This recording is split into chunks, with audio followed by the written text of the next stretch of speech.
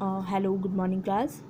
आज हम लोग चैप्टर 8 सुधा मूर्ति पढ़ने वाले हैं, जो कि यहाँ पे लिखा गया है संकलित। जैसे कि आप देखते हैं कि यहाँ पे हमेशा लिखने वाले व्यक्ति का जन्म सन और मृत्यु सन, लेकिन यहाँ पे संकलित शब्द लिखा गया। संकलित शब्द अर्थात ये कि किसी के द्वारा लिखा गया या किसी व्यक्ति के बारे में लिखा गया, मतलब मिलता जुलता, जिसे संकलित कहते हैं, मतलब किसी से मिलता जुलता। आगे हम देखेंगे सुधा मूर्ति महिलाओं के लिए प्रेरणा मूर्ति है। इस पाठ में सुधा मूर्ति ने यह सिद्ध करने का प्रयास किया है कि स्त्रियों के लिए कार्य कोई असंभव नहीं है। उन्होंने इंजीनियर के रूप में कार्य किया, बाद में संशोधन, तकनीकी क्षेत्र में, चिकित्सा, लेखन के क्षेत्र में बड़ा योगदान दिया। महिला सशक्तिकरण के क्षेत्र में आपका योगदान महत्वपूर्ण है। जैसे कि आप ये ऊपर की 3 लाइन पढ़कर बच्चे समझ रहे होंगे कि यहाँ पे सुधा मूर्ति जो कि है वो एक महिला है जिन्होंने इंजीनियर के पद पे काम करके एक अच्छा अपना नाम कमाया है, और उनका कहना यह है कि कोई भी स्त्री हो उसके लिए कोई भी काम करना असंभव नहीं है। मतलब कि आप देखेंगे कि आज के आधुनिक युग में ऐसा कोई क्षेत्र नहीं है जहाँ पे महिला ना हो, और महिला सशक्तिकरण के क्षेत्र में भी उनका महत्वपूर्ण योगदान है। मतलब महिलाओं को आगे बढ़ने के लिए, और महिला किसी से कम नहीं है। इस पाठ में स्त्रियों के लिए कार्य क्षेत्रों की कोई सीमा नहीं है, वे हर कार्य में कुशलता प्राप्त कर सकती हैं, इस बात पर ज़्यादा जोर दिया। कहने का मतलब ये है कि जो लड़कियां हैं या कोई भी स्त्री है वो कोई भी काम कभी भी कर सकती है, और उस पर ज़्यादा जोर दिया गया कि कोई भी काम स्त्री के लिए नामुमकिन नहीं है।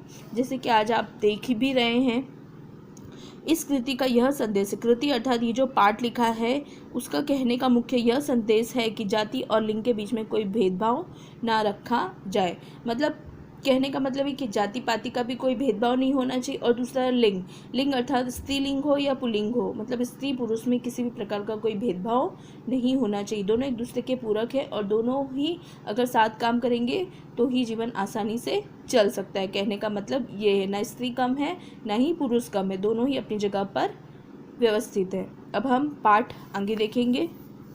अप्रैल 1974 की बात है। बात कब की है? 1974 की। बेंगलुरु में गर्मी पड़ने लगी थी। भारतीय विज्ञान संस्थान के परिसर में गुलमोहर के बड़े बड़े वृक्ष लाल रंग के फूलों से लदे झूम रहे थे। कंप्यूटर विज्ञान की कक्षा समाप्त कर एक छात्रा हॉस्टल की ओर जा रही थी। उसकी दृष्टि नोटिस बोर्ड पर लगे एक विज्ञापन पर पड़ी। कहने का मतलब ये कि बात उन दिनों की है, बात है सन 1974 की।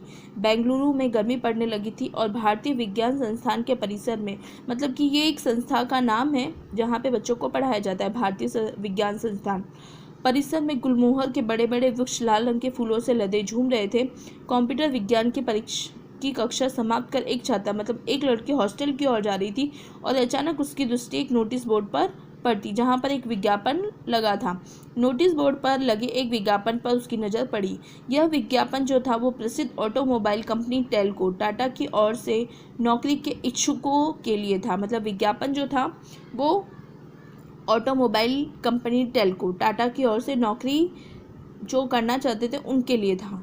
कंपनी को योग्य और परिश्रमी इंजीनियरों की आवश्यकता थी। कंपनी को किसकी जरूरत थी? परिश्रमी और योग्य इंजीनियर। चौंकाने वाली बात यह थी कि छोटे अक्षरों में लिखी अंतिम पंक्ति, महिला उम्मीदवार आवेदन ना भेजे। मतलब कि जैसे ही वो जा रही थी हॉस्टल की ओर, तो उसकी नज़र नोटिस बोर्ड पे पड़ती है उस लड़की की। तो वो मतलब एक छात्रा की या लड़की कही है, जो भी कही है, तो एकदम से उसकी नज़र उस नोटिस बोर्ड पे पड़ती है और वो विज्ञापन को पढ़ती है। मतलब एक एडवर्टाइजिंग दिया होता है कंपनी का, तो उसमें उन्होंने इंजीनियर की मांग की होती है, और इंजीनियर कैसे? योग्य और परिश्रमी।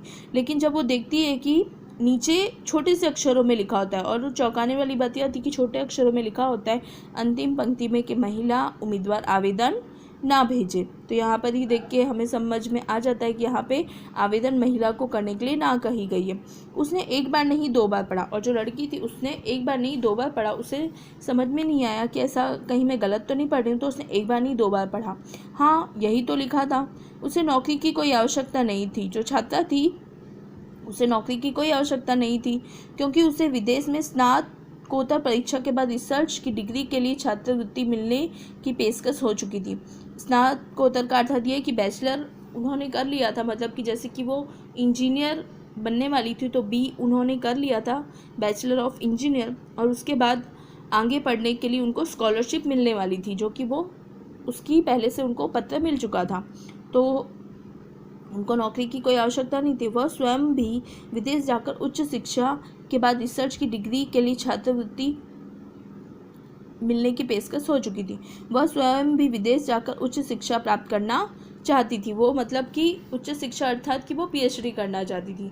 पीएचडी जो होता है बच्चों, वो आप किसी भी क्षेत्र में कर सकते हो, तो उसके लिए उनको स्कॉलरशिप मिलने वाली थी। परंतु यहाँ यह भेदभाव, स्त्री और पुरुष में इतनी असमानता, बात उसे कुछ पची नहीं। फिर वो जैसे ही वो पढ़ती है वो विज्ञापन, और जो छोटे अक्षरों में लिखा होता है कि महिला उम्मीदवार आवेदन न भेजे, तो यह जो बात होती है वो उनको पचती नहीं है। उनको समझ नहीं आता कि ऐसा क्यों लिखा है। वह अपनी कक्षा में हमेशा प्रथम स्थान पाती आई थी और कंप्यूटर विज्ञान की कक्षा में पुरुष सहपाठियों में अकेली लड़की थी।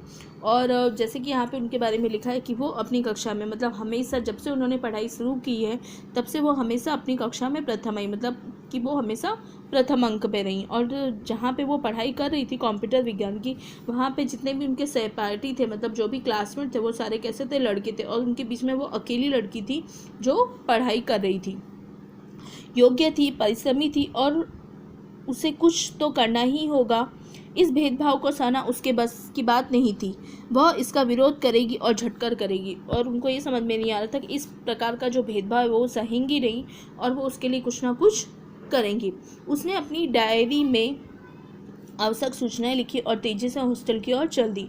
और जैसे ही उन्होंने ये सब पढ़ा तो उनको लगा कि मुझे कुछ ना कुछ तो करना ही चाहिए, तो वो उन्होंने सोचा कि मैं करूँगी और ज़रूर इसका विरोध करूँगी। उसके बाद वो हॉस्टल की ओर चल दी और उन्होंने अपनी डायरी निकाली, जो भी उनको ज़रूरी लगा वो उन्होंने लिखा और लिखकर तेज़ी से हॉस्टल की ओर चल दी। उसने निश्चय किया कि वह टेल्को कंपनी के सर्वोच्च अधिकारी को सूचित करेंगी कि उनकी कंपनी इस प्रकार का अन्याय कर रही है। उसके बाद जब वो हॉस्टल की ओर जा रही थी तो उन्होंने मन में सोचा कि वो टेल्को कंपनी के जो सबसे बड़े उच्च अधिकारी उनको पत्र लिखेंगी और उनको सूचित करेंगी, मतलब उनको बताएंगी कि उनकी जो कंपनी है वो इस प्रकार का अन्याय कर रही है, मतलब स्त्री पुरुष में एक भेदभाव कर रही हैं।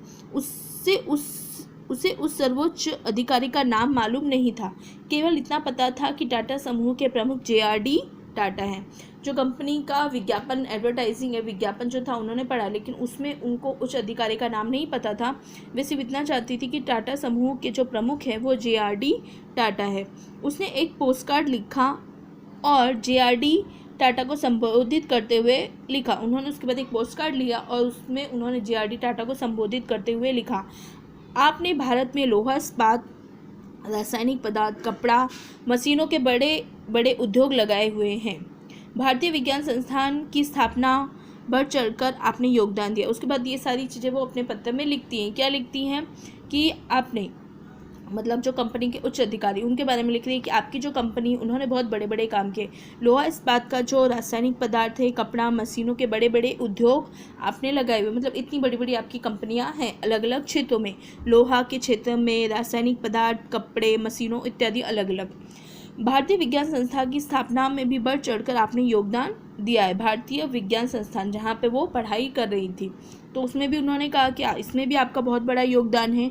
सौभाग्य से मैं उसी संस्थान में पढ़ रही हूँ। मैं हैरान हूँ कि टेल्को जैसी कंपनी, कहने का मतलब ये है कि जिस संस्थान में वो पढ़ रही थी, जो संस्था थी वहाँ पे वो पढ़ रही थी, तो वो देख रही थी कि जब इस संस्था में उन्होंने इस प्रकार का कोई भेदभाव नहीं रखा कि सिर्फ लड़कों को ही एडमिशन मिलेगा, ऐसा नहीं है, लड़के लड़कियां दोनों एडमिशन दोनों को मिल रहा है और वहाँ पे दोनों पढ़ाई कर रहे हैं, तो वो सोचने लगी कि मैं ऐसा कैसे, तो मैं, उसके बाद वो कहती है कि मैं हैरान हूँ कि टेल्को जैसी कंपनी स्त्री पुरुष के बीच ऐसा भेदभाव कैसे कर सकती है। इस तरह से वो पत्र लिखती हैं। 10 ही दिन में कंपनी ने उसे तार भेजा और कंपनी के खर्चे पर पूना शहर में साक्षात के लिए उपस्थित हो। उसके बाद जैसे उन्होंने पत्र भेज दिया और 10 ही दिन के बाद उनका पत्र वापस से आता है टेल्को कंपनी का और वहाँ पे उनको कंपनी के खर्चे पर पूना शहर में साक्षात्कार, मतलब बुलाते हैं कि आप इस तारीख को यहाँ पर आ जाओ, साक्षात्कार के लिए उपस्थित रहने के लिए कहते हैं। आवश्यक तैयारियों के साथ वह लड़की पूना पहुँची और उसके बाद जैसे ही पत्र आया उसमें टिकट था कि आपको पूना शहर में आना है, टिकट है और आपको पूना शहर में आना है, उपस्थित होना है कंपनी में। तो जो भी उनको जरूरी सामान लगा वो लिया उन्होंने और लड़की पुनः पहुंची। साक्षात्कार आरंभ हुआ, मतलब जब वो पहुंची तो वहाँ पर वो लोगों से मिली। काफ़ी तकनीकी प्रश्न पूछे गए जिनका वह सही सही उत्तर देती रही। और जैसे ही वो वहाँ पे पहुंची, मतलब उनका इंटरव्यू था, तो जैसे ही वो इंटरव्यू के प्लेस पे पहुंचती, जगह पे पहुंचती हैं, तो वहाँ पे काफ़ी उनके जो भी कोर्स के रिलेटेड, मतलब जो भी उनका था कंप्यूटर जो उनका विषय था उससे संबंधित बहुत सारे प्रश्न उनसे पूछे गए जिनका उन्होंने वह सही सही उत्तर देती गई, मतलब सही सही उत्तर वो उनका देती रही। तभी एक बुजुर्ग सज्जन ने स्नेहीमयी वाणी से कहा, और उसी बीच में जो इंटरव्यू ले रहे थे उसमें एक बुजुर्ग व्यक्ति था, तो उसने धीरे से प्रेम से कहा, वाणी में कहा और पूछा, तुम जानती हो कि हमने महिला उम्मीदवार आवेदन न भेजे ऐसा क्यों लिखा था। वो उनको पूछते हैं कि क्या आप जानती हो कि हमने ऐसा क्यों लिखा था। क्योंकि यहाँ फैक्ट्री में कार्यस्थल पर किसी महिला की नियुक्ति नहीं होती। फिर वो कहती है कि आपको ऐसा पता है कि हमने ऐसा क्यों लिखा था कि महिला उम्मीदवार आवेदन ना करें। क्योंकि ये जो कंपनी का मुख्य कार्यस्थल, यहाँ पे किसी भी महिला उम्मीदवार की नियुक्ति नहीं होती। तुम्हारी जैसी मेधावी लड़कियों को अनुसंधान शालाओं में जाकर कार्य करना चाहिए। वो क्या बोलते हैं कि आपकी जैसी जो लड़कियां हैं पढ़ी लिखी, उनको अनुसंधान में कार्य करना चाहिए, लेकिन हमें कहीं से तो शुरुआत करनी होगी, नहीं तो कभी भी कोई महिला आपकी फैक्ट्री में कार्य नहीं कर पाएगी, उसने दृढ़ता से कहा। उसके बाद जब उसने ये सुना तो जो छात्रा थी उसने जवाब दिया कि लेकिन हमें कहीं से तो शुरुआत करनी ही होगी ना, नहीं तो आपकी कंपनी में कौन कार्य करेगा। एक लंबे साक्षात्कार के बाद अंत में उस दोनों के बीच काफ़ी बातचीत चलती रही, और उसके बाद अंत में उस वृद्ध सज्जन ने मुस्कुराते हुए कहा, ठीक है, यह शुरुआत तुमसे ही की जाती है, बधाई हो। और जैसे ही फिर वो कहते हैं कि काफ़ी दोनों के बीच बातचीत हुई, उसके बाद वो कहते हैं कि ठीक है, कोई बात नहीं, यह काम जो है इसकी शुरुआत जो है कंपनी में नियुक्ति करना, रिक्रूट करना, तो इसकी शुरुआत हम आपसे ही करते हैं, बधाई हो। टेल्को टाटा में इंजीनियर के पद पर नियुक्त यह प्रथम महिला इंजीनियर थी, सुधा कुलकर्णी। और टेल्को कंपनी में यह प्रथम महिला थी जो रिक्रूट की गई, मतलब नियुक्त की गई, सुधा कुलकर्णी जी। सुधा कुलकर्णी का विवाह टेल्को में ही कार्यरत श्री नारायण मूर्ति के साथ हुआ था। और उसके बाद जब वो वहाँ पे काम करने लगी, उसके बाद उनकी जो शादी थी, उनका जो विवाह था, वो वहाँ के ही सुधा कुलकर्णी का विवाह वहाँ के ही टेल्को में ही कार्यरत श्री नारायण मूर्ति के साथ हुआ। 8 वर्ष तक टेल्को को अपनी सेवाएं देने के बाद सन 1982 में उन्होंने अपने पद से त्यागपत्र दिया। उसके बाद उन्होंने वहाँ पे 8 वर्ष तक काम किया, और उसके बाद 8 वर्ष तक काम करने के बाद उन्होंने सन 1982 में उन्होंने अपने पद से त्यागपत्र दिया, मतलब जिस पद पे वो काम कर रही थी वहाँ पे त्यागपत्र दिया। बेंगलुरु में अपने पति श्री नारायण मूर्ति के साथ इन्फोसिस कंपनी खोली, मतलब टेल्को में काम किया और उसके बाद उन्होंने एम्फोसिस कंपनी खोली। जैसे कि मैं आपको बताऊंगी कि एम्फोसिस जो है वो बड़ौदा में भी है बच्चों, ये कंपनी जहाँ पे इस तरह का ही काम होता है। दोनों की मेहनत और लगन से इन्फोसिस ने दिन दुनी और रात चौगुनी उन्नति की, मतलब उस पहले वो काम करती थी टेल्को कंपनी में और टाटा में, उसके बाद उन्होंने खुद की कंपनी खोली एन्फोसिस, तो दोनों ने मिलकर काम किया तो वो दिन दुनी रात चौगुनी की और काफ़ी उन्नति की। सुधा मूर्ति 1996 में इन्फोसिस फाउंडेशन की चेयरपर्सन बनी, और वहाँ पे वो उसकी चेयरपर्सन बनी। इस फाउंडेशन के माध्यम से वे सामाजिक विकास के अनेक कार्य कर रही हैं, मतलब वो वहाँ पे अभी भी हैं। वो 1996 में वो इन्फोसिस फाउंडेशन की चेयरपर्सन बनी, और इस फाउंडेशन के माध्यम से वे सामाजिक विकास के अनेक कार्य कर रही हैं, आज भी कर रही हैं। उन्होंने कर्नाटक राज्य के सभी सरकारी स्कूल, मतलब आज भी उनकी जो संस्था है वो ये सारे काम कर रही हैं। कर्नाटक राज्य के सभी सरकारी स्कूलों में एक कंप्यूटर और लाइब्रेरी की योजना बनाई, उसे कार्यरत किया। सुधा मूर्ति ने स्वयं को अब पूर्ण रूप से समाज सुधार के लिए समर्पित कर दिया, मतलब कर्नाटक में जो एक स्कूल होगा तो वहाँ पे उन्होंने एक कंप्यूटर और लाइब्रेरी भी बनाई और ये भी किया उन्होंने, और उसके बाद उन्होंने अपना पूरा जीवन समाज सुधार के लिए समर्पित कर दिया। बेलाहारी, बिचपुरी, हुबली आदि के अस्पतालों को उच्च चिकित्सा उपकरण उपलब्ध कराए। उपकरण अर्थात कि जो साधन उनको ज़रूरत करती है, जैसे कि कोई मशीन चाहिए, इस तरह से। कांची में कैंसर अस्पताल, औरंगाबाद, बेलारी, गुलबर्ग, पट्टुमडाई, बेंगलोरी आदि में चिकित्सा सहायता तथा उस्मानाबाद जिला, उड़ीसा के कालाहांडी और आंध्र प्रदेश के सुखोपीड़ित क्षेत्र में राहत कार्य करवाया, मतलब और भी सूखा पीड़ित जो थे और भी इस तरह से उन्होंने अलग अलग जगह पे अलग अलग प्रदेश में अलग अलग तरह के कार्य करवाए। अनेक उनके अथक प्रयास से कर्नाटक के 800 से भी अधिक गांवों में कंप्यूटर शिक्षा पर 1 करोड़ रुपया लगाया गया। कहाँ पे देखो बच्चों, यहाँ पे आप देख रहे हो कि कर्नाटक जो गांव है वहाँ पे, कर्नाटक भी एक अच्छा शहर है, तो कर्नाटक के 800 से भी अधिक गाँव में कंप्यूटर शिक्षा पर उन्होंने 1 करोड़ रुपया लगाया और 30,000 से भी अधिक पुस्तकालय खोले गए। पुस्तकालय अर्थात लाइब्रेरी। उन्होंने गरीब बच्चों को सहायता दी, स्कूलों की इमारतों के निर्माण करवाए, मतलब अलग अलग नई नई स्कूलें भी उन्होंने खुलवाई। अधिकतम अंक लाने वाले, मतलब अधिकतम अंक मतलब जो बच्चे अच्छी पढ़ाई करते हैं उनको छात्रवृत्ति भी दी, मतलब स्कॉलरशिप, और लगभग गांव में 300 से कंप्यूटर वितरित किए मतलब उन्होंने दिए, दान दिए या फिर जैसे भी दिए होंगे इस तरह से। 13 पुस्तक की लेखिका सुधा मूर्ति को उनके कार्यों के लिए अनेक पुरस्कार भी दिए गए। जैसे कंप्यूटर क्षेत्र में थी तो कंप्यूटर से संबंधित उन्होंने कई पुस्तकें भी लिखी हैं, जिनमें से मुख्य मतलब कई अलग अलग पुस्तकें उन्होंने लिखी थी कंप्यूटर पर, और उसके लिए उनको अलग अलग पुरस्कार भी दिए, जिनमें से प्रमुख है जैसे कि कर्नाटक राज्योत्सव पुरस्कार, ओजस्विनी पुरस्कार, मिलेनियम महिला शिरोमणि पुरस्कार, woman of the year 2002, MF radio द्वारा राजलक्ष्मी पुरस्कार आदि। मतलब इस तरह के उनको अलग अलग पुरस्कार भी मिलते हैं। और टेल्को कंपनी में सबसे पहली महिला इंजीनियर वही थी, कंप्यूटर इंजीनियर। सुधा मूर्ति ने अपनी उपलब्धियों से महिलाओं का मार्ग प्रशस्त किया, मतलब कि उनको बढ़ावा दिया है कि महिला भी किसी भी क्षेत्र में किसी से कम नहीं है। आज इंजीनियर महाविद्यालयों में पढ़ने वाले छात्रों में से 50% संख्या लड़कियों की है। मतलब पहले सिर्फ इंजीनियरिंग लड़के ही करते थे, लेकिन आज ऐसा नहीं। आप आज हर जगह पे आप देखोगे तो आपको लड़कियां मिलेगी, और आज 50% लड़कियां हैं। अनेक उद्योगों में मशीनों के बीच लड़कियां कुशलता से कार्य कर रही हैं।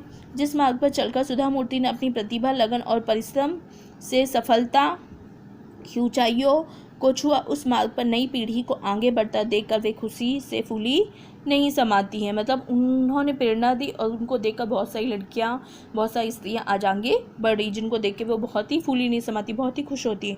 महिलाओं की सफलता पर वे कह उठी, हमारा मार्ग कठिन अवश्य है लेकिन किंतु चलना जरूरी है। मतलब कोई भी मार्ग हो कठिन होगा, लेकिन महिलाओं के लिए मार्ग कठिन है लेकिन चलना जरूरी, इस तरह से वो कहती है। अब हम इसके शब्दार्थ देखेंगे। परिसर अर्थात प्रांगण, आंगन। विज्ञापन अर्थात इश्तेहार। पेशकश अर्थात प्रस्ताव। साक्षात्कार अर्थात मुलाकात, इंटरव्यू। आवेदन अर्थात अर्जी।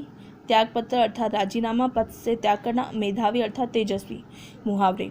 बात न पचना मतलब अविश्वसनीय होना। फूला न समाना मतलब अत्यंत प्रसन्न होना।